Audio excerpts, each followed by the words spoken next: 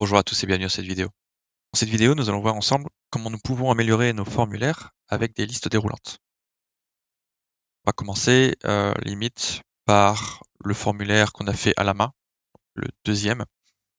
Et donc pour ajouter une liste déroulante, on va aller cliquer sur Insérer, disponible donc encore une fois dans la barre d'outils en haut, ou directement sur la gauche si vous voulez insérer aussi. Là, vous tapez Liste, et comme vous pouvez voir en haut, vous avez deux listes. Vous avez donc les listes déroulantes et les zones de listes déroulantes. La différence entre les deux, c'est que la liste déroulante, c'est une liste qui est plus faite pour les listes courtes. Il n'y a pas de système de recherche, donc ça vous propose les items à la suite les uns des autres. Et donc, s'il y en a beaucoup trop, ça va vite devenir ingérable. À l'inverse, la zone de liste déroulante est une liste avec recherche. Dans le cas où vous avez du volume de données derrière, c'est vraiment le truc très intéressant à faire. D'ailleurs, si on commence par regarder avec la liste déroulante, la toute première, imaginons que, par exemple, on ait besoin d'avoir, une collection, à nous proposer là.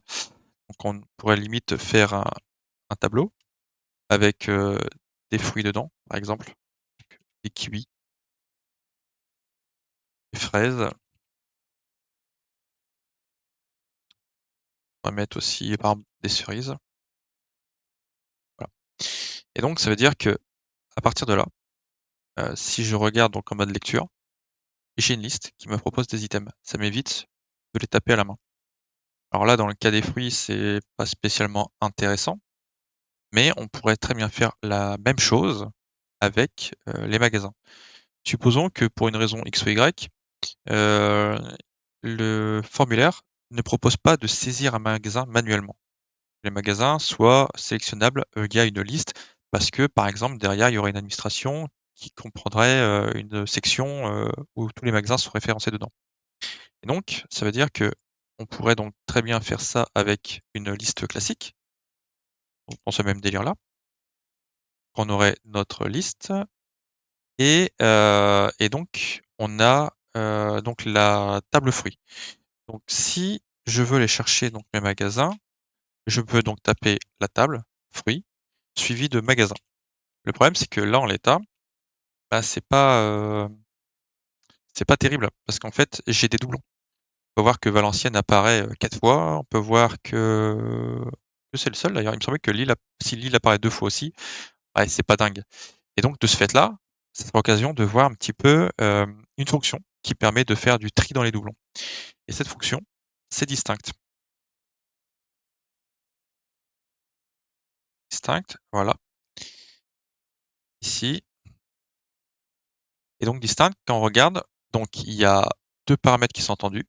J'en ai mis un seul. Et donc là, ça sera donc distinct, puis, heu, magasin. Voilà. Et donc à partir de là, ce que j'ai fait, c'est que j'ai récupéré ma liste de données, mais, je lui ai demandé de supprimer les doublons dans la colonne magasin. J'affiche la colonne magasin, mais sans les doublons. Et donc si on regarde en pratique ce que ça donne, on a bien Lille, Valenciennes, Marseille, mais on n'a plus les doublons comme ce qu'on avait juste au-dessus. Enfin, juste avant d'ailleurs, c'est vrai que la liste était supprimée, mais voilà, on n'a plus de doublons, c'est pour le coup, c'est vraiment très pratique. À l'inverse, maintenant, si on regarde un petit peu, comment ça pourrait se passer donc avec un système de recherche. Donc avec le système de recherche, on a donc la liste, la zone de liste qui est ici. Donc là, on pourrait faire exactement la même chose, hein, ce qu'on a vu avec le distinct, on peut faire exactement le même délire. Donc là, ce que je vais faire, c'est que je vais récupérer ma table fruits. Voilà. Donc là, ici, au niveau des champs, je vais donc aller chercher donc un champ unique, valeur 1. Là-dessus, on est bon. Sauf que là, en fait, ce qui est embêtant, c'est qu'il ne prend pas ce que je lui demande. Donc, magasin, ici.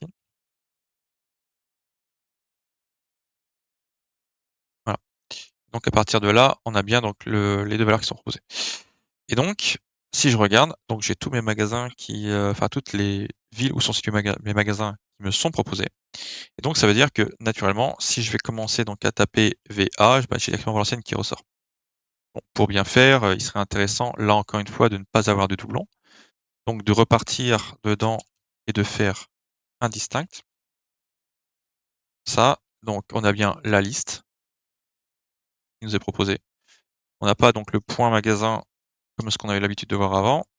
et à la place, on a juste le deuxième paramètre qui est donc magasin. Et donc dans ce cas-là, ça veut dire que si je retire ça, voilà, j'ai plus mes doublons, il y a tout qui se fait correctement. Si je tape un M par exemple, eh ben, le M est présent dans Marseille et dans Le Mans, donc forcément, il me propose ces 2 items-là. Et donc c'est comme ça qu'on va pouvoir gérer ce cas.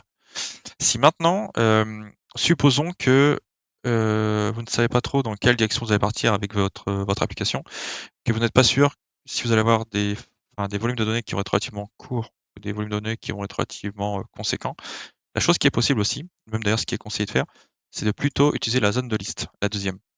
Tout simplement parce que cette deuxième liste est paramétrable, dans le sens où vous pouvez très bien, donc aller taper dans la partie avancée, sur, is cherchable, qui est donc par défaut donc sur true pour dire vrai.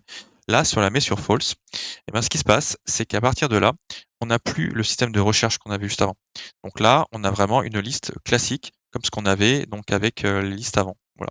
C'est exactement la même présentation, sauf que là, on a un paramètre caché qui nous permet d'aller beaucoup plus loin si on en a envie. C'est le petit tips. Et donc, si maintenant dans mon formulaire, je souhaite, mettre ce champ à la place du champ qu'on a mis en place pour les magasins, et ben, comment on va gérer ça?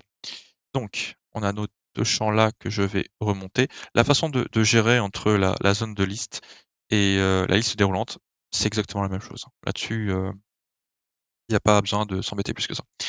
Et donc là, ici, je prends ma combo box que je vais renommer en combo box magasin. Je vais limite, non, je vais pas le mettre tout de suite. On mettra ça au pluriel après parce que vous allez voir, il y a un petit truc encore, derrière qui peut être vachement cool. Donc là, j'ai renommé ma combo box. Au moins, c'est plus facile et c'est plus parlant. À partir de là, donc je retourne dans ma partie, enregistrée, dans mes patchs, et si je descends, on peut donc voir qu'on a donc les 2 magasins qui sont ici. Si maintenant je souhaite remplacer mon text input qu'on a mis en place donc, dans les précédentes vidéos par, donc cette liste. Je supprime ça. Je mets donc ma combo box et par contre ici, voilà, on a les 2 selected qui sont là. On a donc le selected item et le selected tout court. Le pourquoi, c'est tout simplement parce que, on va avoir la possibilité de choisir, une sélection unitaire ou une sélection multiple. C'est un peu pour ça que tout à l'heure, il y a eu le petit truc, est-ce que je le mets au pluriel tout de suite ou pas? Et ben, c'est à cause de ces 2 paramètres-là. Donc là, par exemple, si je prends donc le selected, ça veut dire que là, naturellement, et je m'attends, à avoir un seul magasin. Le problème, c'est que lui, en l'état, là, il me dit qu'il y a, il est multiple. Et donc, si on regarde, donc d'ailleurs le reset qui est là, hein, c'est pareil, hein, si on veut s'amuser, à pouvoir initialiser notre formulaire dès qu'on arrive ici, là aussi il est à passer donc, à true. La façon de gérer le reset est exactement pareil que ce qu'on a vu avant, donc juste le combo box magasin, ça suffit. Il y a pas besoin d'aller plus loin, c'est pareil. Et donc, le cherchable est ici et on a donc la partie multiple sélection qui se trouve, donc les limitateurs, le reset, le search multiple, voilà. Donc là ici, donc on le met en false tout simplement. Et donc à partir de là, on ne peut plus sélectionner, plusieurs, items.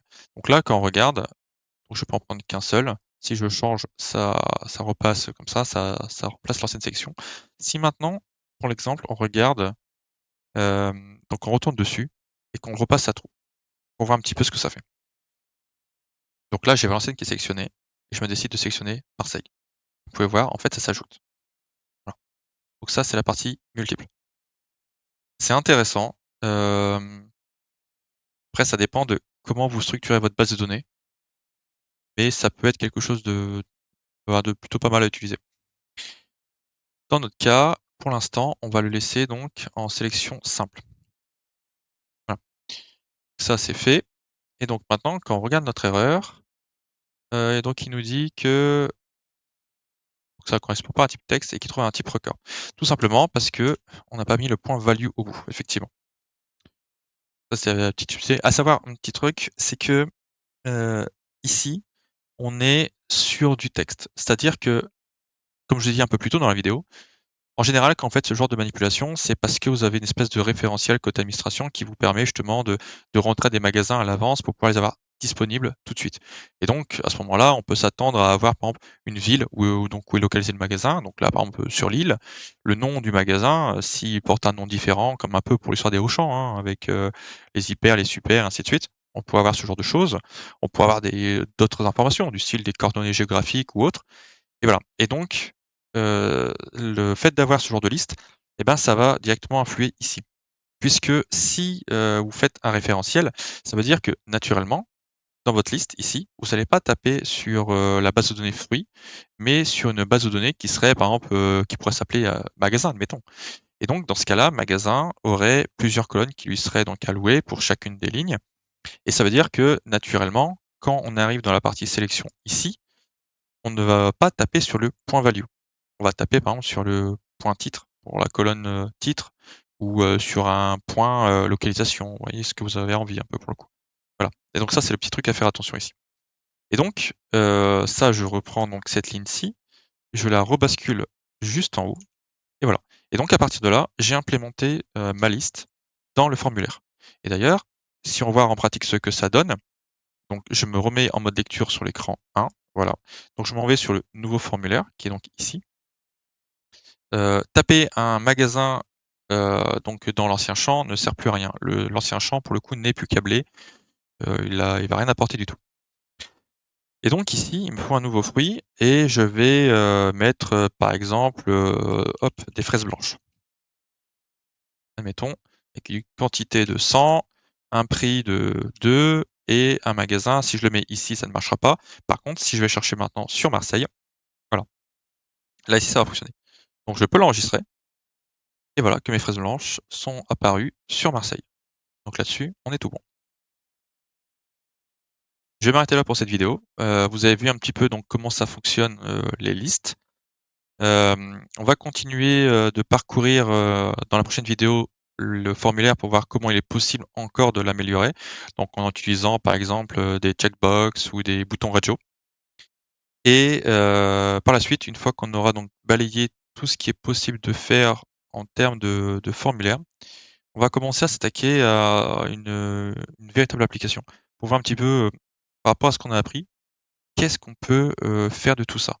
Ça sera l'occasion, durant cette partie-ci, d'aborder des parties comme, les composants qu'on peut créer à la main et comment on peut faire pour les réutiliser un petit peu partout dans l'application, plutôt que de dupliquer des informations. Parce que là, à l'heure d'aujourd'hui, par exemple, si je souhaite, admettons, créer un bandeau en haut de mon écran, ça veut dire que je dois créer un bandeau dans l'écran 1, puis un bandeau dans l'écran 2 et un bandeau dans l'écran 3. Et ça, pour le coup, c'est un peu chiant. Surtout si, admettons, vous vous rendez compte que le bandeau 1 que vous avez créé, il est pas comme vous voulez, tout compte fait, vous voulez changer des choses dessus, ça va pas se répliquer sur les autres. Et c'est là le point, en fait, où c'est un peu dommage. Alors que si vous créez un composant, et ben, ça va se dupliquer partout. Donc ça, ce sera des choses qu'on va aborder par la suite. Et bref, je papote beaucoup, donc on va stopper là. Une nouvelle fois, je vous remercie d'avoir suivi cette vidéo. N'hésitez pas à liker, à vous abonner et même à mettre un petit commentaire en dessous si quelque chose n'a pas été compris ou si vous avez, je sais pas, des remarques à faire. N'hésitez surtout pas et je vous dis à très bientôt.